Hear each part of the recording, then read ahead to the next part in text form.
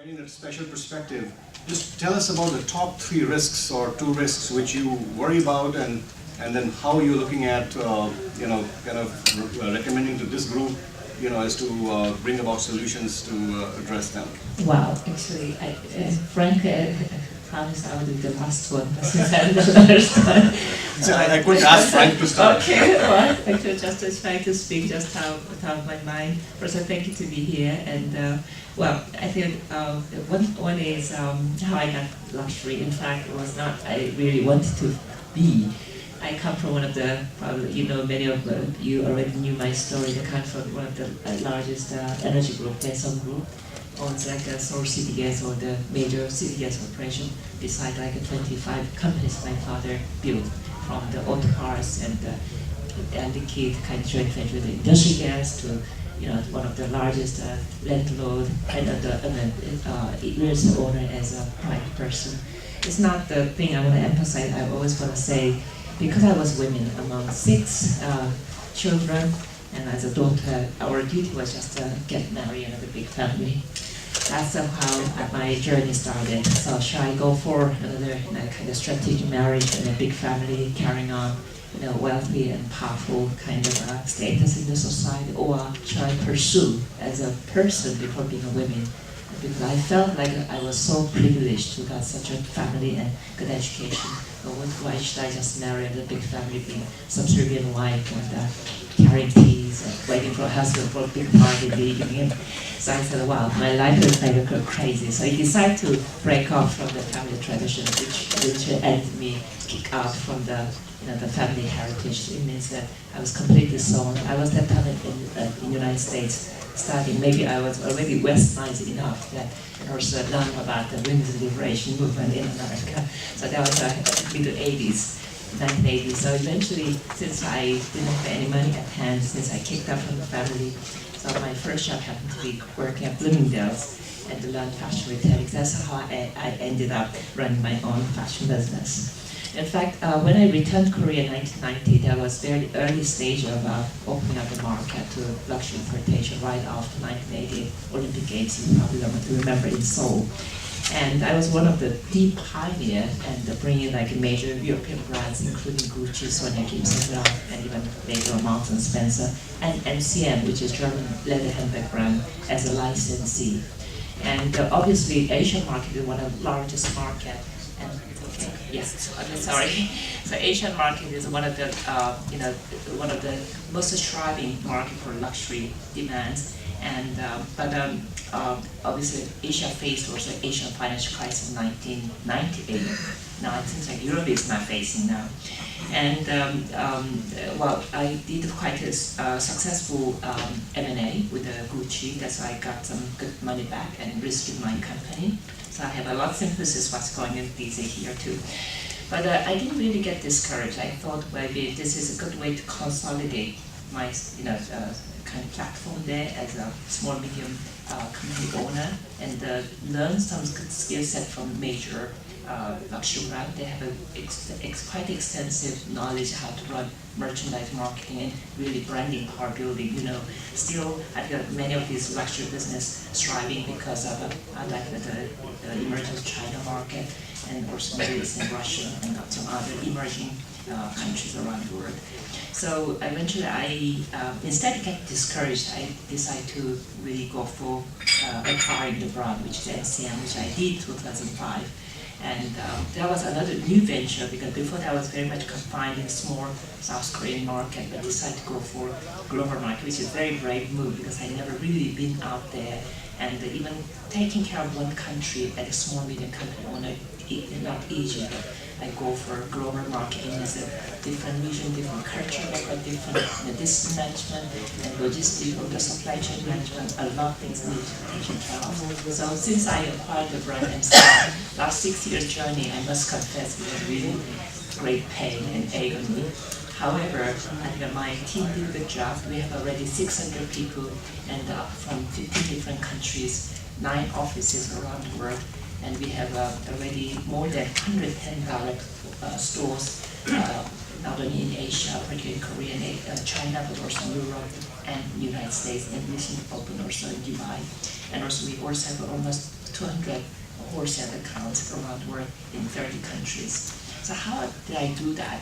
I mean, still I don't know how I got there, but one thing true is now company this year probably doing more than $450 million business.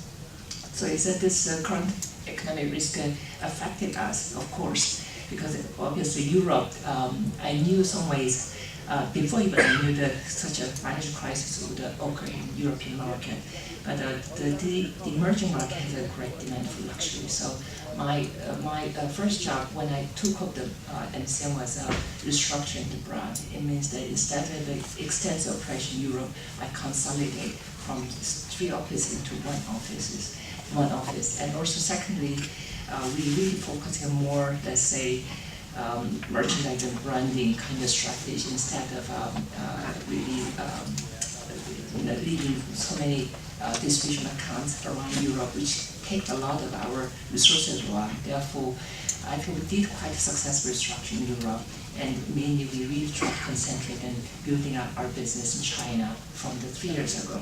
Now we have already 20, almost getting 20 stores in China. Next 5 years, we plan to open 100 stores. Probably even Korea and China put together 2 countries, we're expecting 5 years about $1 billion business. Let me ask you a question. I mean, with this kind of an expansion, so what could go wrong?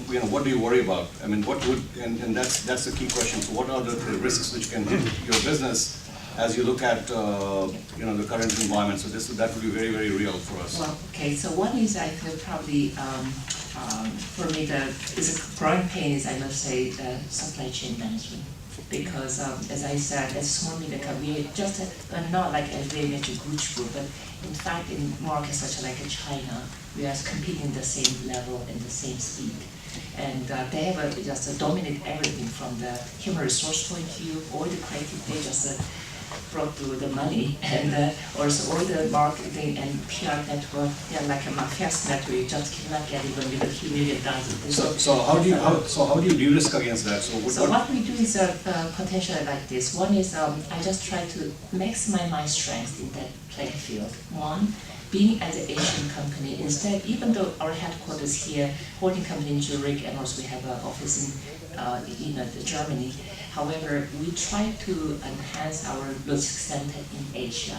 So try to really maximize short distance management. It means that any demands come from the Asian market or China market in immediate, we can just move every goods within 1 day. Second, what we did was really obvious. We really even creative side. Most creative talents are here in Europe, I must say. However, as some Asian design, they know Asian mentality quite well, so we just try to maximize our talents who has that strength there. Third is even we don't have $500 million to spend like other big luxury brands are doing on PR and the advertising activities, but what we do is we really try to mobilize social media.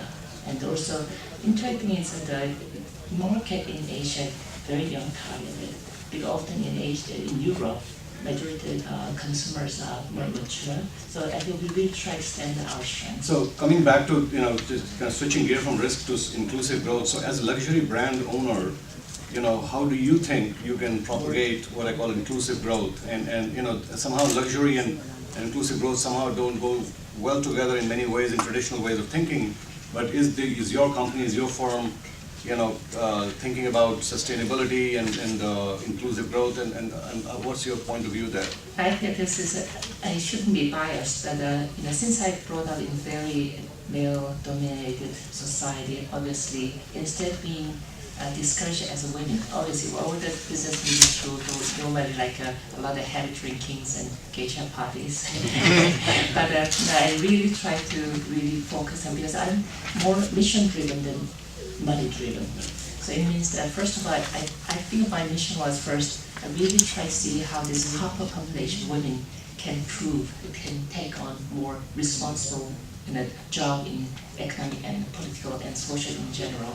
And so that's what I did strive for. Second mission being really fighting against corruption, because it was rather some of the stupid things to be being a part as a woman, already handicapped, that I carried up with handicap, but I thought as a woman, as a mother of child, and I think we have a duty to inherit better society in the future. So fighting against corruption made me and my team much more clever, much more faster, and much more accurate. It means that we were one of the first adapter of like an IT system in our own posts, and now we are using the SAP internal who run our global the operation now. So the third is I think also now, as I mentioned before, as a small medium company, because Korea, maybe some other countries too, often dominate either general conglomerate or even global scale-wise, those multinational corporations, you cannot compete as a small company here. We don't have the resource. But as I said, we can really clever to go into niche, and also if we utilize this kind of social